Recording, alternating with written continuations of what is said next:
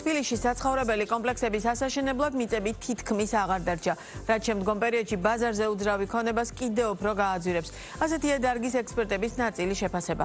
მათივე თქმით, თბილისთან შედარებით ფასების უფრო მკვეთრი მატება ფიქსირდება, ბათუმში და სავარაუდოდ ბინების გაძვირების ტრენდი აქაც გაგრძელდება.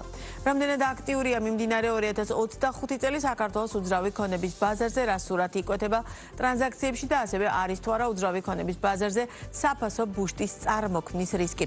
თემის დეტალებით მარი მელიქიშვილი გვერდება ბიზნეს პარტნიორის ეთერში.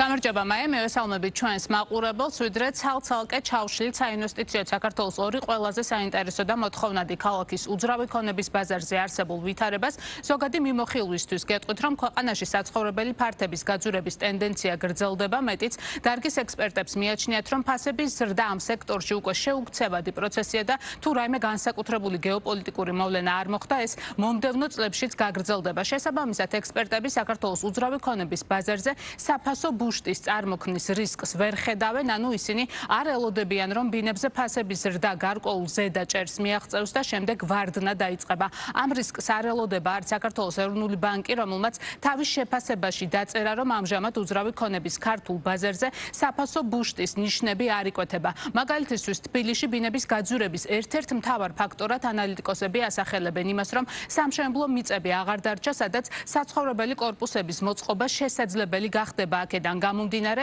ისინი დედაქალაქში უძრავ ქონებაზე ფასების შემცირებას გამორიცხავენ. რაც შეეხება კონკრეტულ და უფრო ზუსტ მონაცემებს, Colliers Georgia's კვლევის მიხედვით გამოიკვეთა, რომ 2025 წლის პირველ ნახევარში თბილისში ახალაშენებული ბინების საშუალო შეწონილი გასაყიდი ფასი ფართო ცენტრში თითქმის 21%-ით გაიზარდა, გარეუბნებში კი 10.5%-ით. მიუხედავად გაზრდილი ფასებისა, უნდა ითქვას, რომ ეს გაყიდვებზე ნეგატიურად არასახულა და ტრანზაქციების საბოლოო ჯამში თითქმის წინა წლის მაჩვენებლებზე ნარჩუნდება. უშუალოდ ბოლოთვის მონაცემებით კი, რომელიც უკვე დათვლილი და გაანალიზებულია, საუბარია ივლისის თვეზე, დედაქალაქში ბინების ტრანზაქციების რაოდენობამ 3713 ერთეული შეადგინა და წინა წლის ივლისთან შედარებით 4%-იანი ზრდა დაფიქსირდა. დარგის ექსპერტები ელოდებიან, რომ ტრანზაქციები განსაკუთრებით მიმდინარე თვიდან გააქტიურდება, რადგან როგორც წესი შემოდგომა უძრავი ქონების ბაზრისთვის ყველაზე პროდუქტიულია.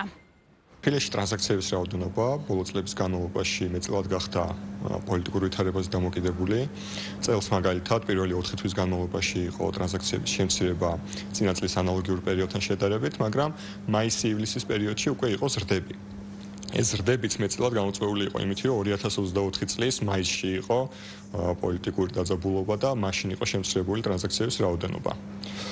რაც შეეხება სეზონურობას, ამ მხრივ თბილისში როგორც წესი ტრანზაქციების რაოდენობა სექტემბრიდან დეკემბრამდე ახალმა ყველაზე მეტი, ამიტომ მოსალოდნელია, რომ შემდეგი 4 თვის განმავლობაში იმაზე მეტი აქტივობა იქნება ბაზარზე, ვიდრე გასულ თვეებში იყო. თბილისში ფასები ჯერ კიდევ მზარდია, თუმცა აღსანიშნავია, რომ ზრდის ტემპი არის შემცირებადი, თუ 22-23 წელს იყო 20% და მეტი ზრდები, 24 წელს იყო უკვე დაახლოებით 10-11% და წელს არის სულ 6%. ანუ ამ მხრივ ფასი უფრო სტაბილიზაციისკენ მიდის და უფრო სტაბილური ზრდისკენ. ფასების ზრდა განპირობებულია სამშენებლოდ გამოსადეგი მიწების გაძვირებით.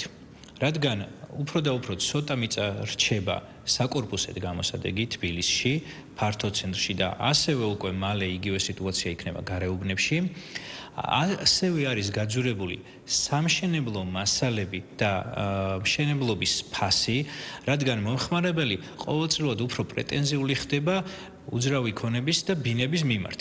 უფრო მეტად იხვეწება და დეველოპერები უფრო მეტ ხარჯავენ იმისთვის, რომ უპასუხონ მყიდველის გაზრდილ მოთხოვნებს. უნდა ითქვას, რომ ფასებისა და ტრანზაქციების ზრდა კიდევ უფრო თვალშისაცემია ბათუმში. სექტორის წარმომადგენლები ამბობენ, რომ ბათუმის როგორც საზღვაო კურორტის მიმართ ინტერესი განსაკუთრებით მაღალია უცხოელი ინვესტორების მხრიდან, თუმცა მყიდველებს შორის არც ადგილობრივების ნაკლებობა შეინიშნება, რომლებიც ბათუმში ბინებს ასევე საინვესტიციოდ ყიდულობენ. რაც შეეხება კონკრეტულ სტატისტიკურ მაჩვენებლებს, ასევე Colliers Georgia's ბოლო მონაცემებით, ბათუმში ახალაშენებული ბინების საშუალო შეწონილი ფასი თითქმის 29%-ით გაიზარდა და კვადრატულ მეტრზე $1369 შეადგინა. ფასი გაიზარდა როგორც პირველად, ასევე მეორეულ ბაზარზე. ტრანზაქციებში კი ასეთი სურათია ბოლო ერთ თვეში წინა წლის ანალოგიურ პერიოდთან შედარებით. ბათუმში ბინების ტრანზაქციების რაოდენობა თითქმის 36%-ით გაიზარდა და 1664 ერთეული შეადგინა. თუ თბილისში ტრადიციულად და ზომიერად იზრდება ფასები დაახლოებით წლიურად 5-დან 10%-მდე, ბათუმში წელს იყო სრული ანომალია, რადგან წლის დასაწყისიდან დღემდე დაახლოებით 20%-ით გაძვირდა უძრავ ქონებაზე ფასები. შესაბამისად, ტრანზაქციების რაოდენობამაც იმატა, დაახლოებით 35%-ით არის გაზრდილი ტრანზაქციების რაოდენობა ბათუმის რეგიონში. ეს განპირობებულია, რა თქმა უნდა, უცხოელი ინვესტორების მოთხოვნებით, მზარდი მოთხოვნებით. შესაბამისად, აქ ვხედავთ, რომ უცხოელი ინვესტორები უფრო მეტად დაინტერესებულები არიან ზღვისპირა კურორტებით, მათ სურთ ინვესტირება ისეთ ბინებში, რომლებიცაც დეველოპერი სრული რემონტით და ავეჯით აბარებენ, რაც თბილისში სამწუხაროდ ესეთი პროექტები არ გაგვაჩნია, ამიტომ უფრო ესეთი უცხოელი ინვესტორი აინვესტირებს თავის თანხას და ყიდულობს უძრავ ქონებას ბათუმში. ბათუმში ტრანზაქციების რაოდენობა უფრო მზარდი იყო ვიდრე თბილისში. ჯამში პირველი 7 თვის განმავლობაში ზრდა იყო 9%. განსაკუთრებით აქტიური იყო ამ მხრივ ივნისი და ივლისი. რაც შეეხება სეზონურობას, ამ მხრივ ბათუმი ნაკლებად სეზონურია ვიდრე თბილისი, მაგრამ შეიძლება გამოვარჩიოთ ივნისიდან წლის ბოლომდე არის აქტიური და ყველა პასიური თვეები ბათუმში არის იანვარი-თებერვლის თვეები. ფასები თბილისიდან განსხვავებით უფრო მეტად გაიზარდა, იმის ნაცვლად რომ კიდევ უფრო შემცირებული იყო ზრდის ტემპი, იქით გაიზარდა და პირველი 7 თვის განმავლობაში იყო 11%-იანი ზრდა ახალი პროექტების მეორეულ ბაზარზე წინა წლის ანალოგიურ პერიოდთან შედარებით. ჩვენი საუბრის ბოლოს შეგახსენებთ, რომ ბინების ფასების ზრდაზე მნიშვნელოვან გავლენას ახდენს მშენებლობის ღირებულების ინდექსი, რომელიც ქვეყანაში წლიდან წლამდე მზარდია. საქსტატის ბოლო მონაცემებით აღნიშნული ინდექსი წლიურ ჭრილში კიდევ 5.6%-ით გაიზარდა. ინდექსის ზრდა უმეტესად გამოწვეული იყო მშენებლობის დარგში დასაქმებულთა ხელფასების ზრდითა და სამშენებლო მასალების გაძვირებით. მადლობა, მარი მელიქიშვილი საუბრობდა ბიზნეს პარტნიორის პირდაპირ ეთერში.